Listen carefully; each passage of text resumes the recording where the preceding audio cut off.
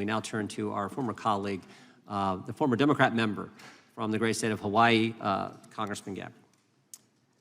Thank you very much, Chairman Jordan, Ranking Member Plaskett, and members, aloha. Thank you for the opportunity to be here to speak with you today. Benjamin Franklin said, "Without freedom of thought, there can be no such thing as wisdom and no such thing as public liberty without freedom of speech." I love our country and I cherish our God-given freedoms that are enshrined in the Constitution.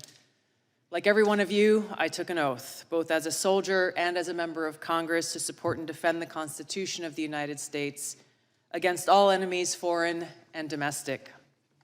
Now, I've had the privilege of serving alongside many of you in Congress for 8 years, representing the people of Hawaii's 2nd Congressional District, serving on the Armed Services and Foreign Affairs Committees.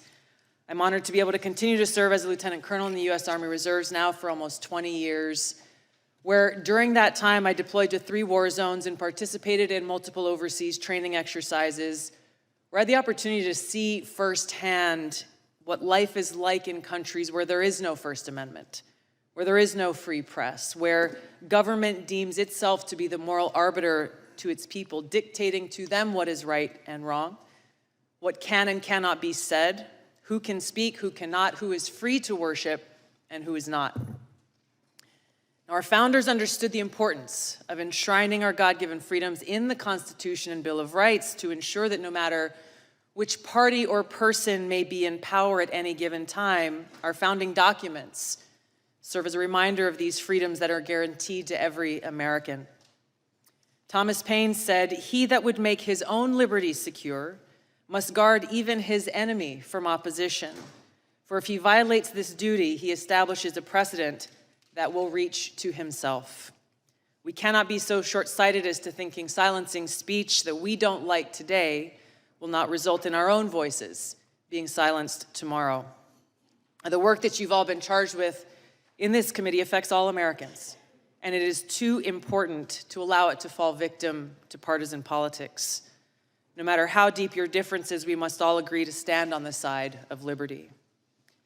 Unfortunately, right now we live in a country where many Americans are afraid to speak freely, afraid to express themselves, afraid to actually have real open dialogue and debate, afraid of losing their job, being canceled, or being accused of a crime, which could happen if recently introduced legislation criminalizing so-called hate speech is passed into law, speech that, no matter how abhorrent, is still protected under the First Amendment.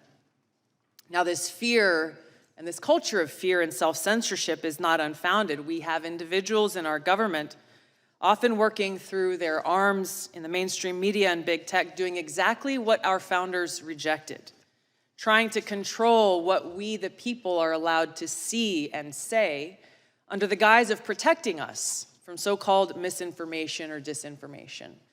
Now, of course, they appoint themselves as the sole authority and voice of truth, of information, backed by the most lethal force on earth with the power to target anyone they deem a threat. They alone are the ones, self-designated, who get to decide what is true and what is false, what is information and what is misinformation or disinformation. They say they're doing this for us, that they're doing this for our own good, to protect the people.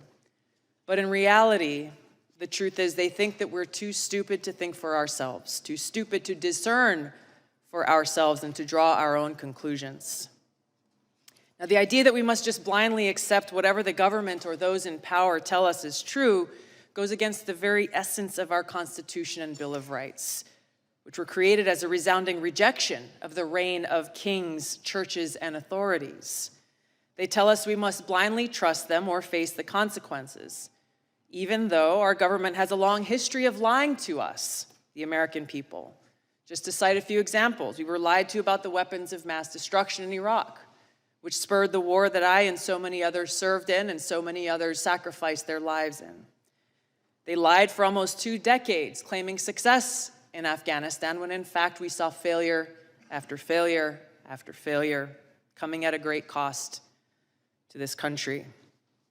We saw lies about Vietnam that were revealed in the release of the Pentagon Papers. We saw lies about our own government illegally surveilling Americans. These are just a few examples. There are many more.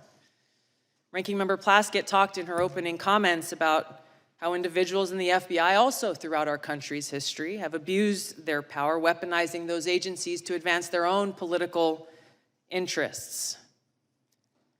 This is not and cannot be reduced to a partisan fight. The stakes are too high. We all must recognize our own responsibility to stand against such abuses. But as we sit here today, the danger is that if we choose to reject or challenge whatever those in power declare is the so-called truth, we are accused of being anti-authority. We are accused of being a danger to society, accused of spreading misinformation, and are then targeted, smeared, and called things like Russian asset, white supremacist, bigot, racist, sexist, extremist, traitor, and so on. More dangerous than any baseless smear, our own government institutions, which exist to serve the people, they are being weaponized against us. The Department of Homeland Security declared a heightened domestic terrorism threat due to 3 factors, the first of which is, quote, the proliferation of false or misleading narratives which sow discord or undermine public trust in U.S. government institutions, end of quote. They are the ones who get to decide what those false or misleading narratives are. Former CIA Director John Brennan said in 2021 that, quote, members of the Biden team are now moving in laser-like fashion to try to uncover as much as they can about what looks very similar to insurgency movements that we've seen overseas. An unholy alliance frequently of religious extremists, authoritarians, fascists, bigots, racists, nativists, and even libertarians. End of quote. Attorney General Garland charged his newly created domestic terrorism unit with targeting those who hold, quote, anti-authority views. That included parents who dared to protest at Board of Education meetings, concerned and standing up for the right for themselves to have a say in their children's education. A draft copy of the Department of Homeland Security Quadrennial Homeland Security Review outlined their intent to target quote-unquote inaccurate information on a whole host of topics, to include the origins of COVID, vaccines, the U.S. withdrawal from Afghanistan, and U.S. support to Ukraine. Their misinformation, disinformation, and malinformation team exists to, quote, counter all types of disinformation. Once again, they get to determine what this disinformation is. Meta CEO Mark Zuckerberg revealed on the Joe Rogan Experience podcast recently that Facebook limited the exposure of the New York Post Hunter Biden laptop story just weeks ahead of the 2020 election, only after talking with the FBI. Twitter took similar action, but they recently apologized for doing so, recognizing that their decision was wrong. The cozy relationship between White House officials, the Department of Homeland Security, the FBI, and big tech is now well documented and results in private companies not restricted by the First Amendment doing the dirty censorship work of those in government who are not legally allowed to do so themselves. The threat big tech monopolies pose to our democracy is real and serious. I've had personal experience with this. After the first Democratic primary presidential debate in 2019, I was the most searched candidate of the night. Unfortunately, and suddenly, my Google Ads account was mysteriously suspended without any notice or explanation. There were no responses to our multiple attempts to resolve whatever problem could have caused this, but after some time passed, magically, my account was reinstated, again with no explanation or apology. But their actions limited my ability to connect with voters who were actively seeking more information about my candidacy and why I was offering to serve them as President and Commander-in-Chief. This has not only happened to me, it's happened to other candidates running for various offices. Joe Kent, running for Congress in Washington State, is one I know personally of. This happens all the time, with these big tech monopolies interfering in our democracy by manipulating search results based on whatever it is that they want the American people to know about a particular candidate or issue that should be concerning to any one of us and all of us. Now, recently, we've learned that with the release of the Twitter files detailed by Matt Taibbi and others, High-level former FBI and CIA and other government officials were behind Hamilton 68 and their list of 644 social media accounts supposedly linked to, quote, Russian influence activities online. Now, Hamilton 68's work was widely cited as fact by institutions like Harvard and Stanford, by mainstream news organizations across the board, by members of the House of Representatives and Senate from both political parties, including the head of the Intelligence Committee. The problem is, it was false. Twitter themselves determined that the vast majority of counts that Hamilton 68 targeted on this list of 644 were, quote, neither strongly Russian nor strongly bots, end of quote. They were mostly anti-establishment American voices from across the political spectrum. I was one of them. Former Secretary of State Hillary Clinton accused me, a sitting member of Congress, a soldier, and a candidate running for president, of being, quote, groomed by the Russians. Her baseless smear worked as intended. It was something that was repeated over and over, headline after headline, article after article, pushed online in every way. This had the harmful impact that was intended. I could give you many examples of interactions that I've had with people throughout that campaign and still today. But I remember one in particular that had an impact. Just weeks after this statement was made, I was in South Carolina at a campaign event when an elderly woman came up to me, and I could tell that she was very disturbed. She came up and she put her hands on my shoulders and she looked into my eyes, her eyes welling up, hands shaking, and she said, "Look me in the eyes. I need to know if you are working for Putin." She was serious. I couldn't believe it. I looked her straight back in the eyes and expressed to her from my heart how much I love this country, so much that I'm willing to die for it. More recently, U.S. Senator Mitt Romney accused me of treason, a crime that is punishable by death under our laws. I challenged him to back this serious allegation up with evidence. What was this based on? There was no response, no explanation, no evidence, and certainly no apology. Now, these accusations are often shrugged off as, well, hey, it's politics.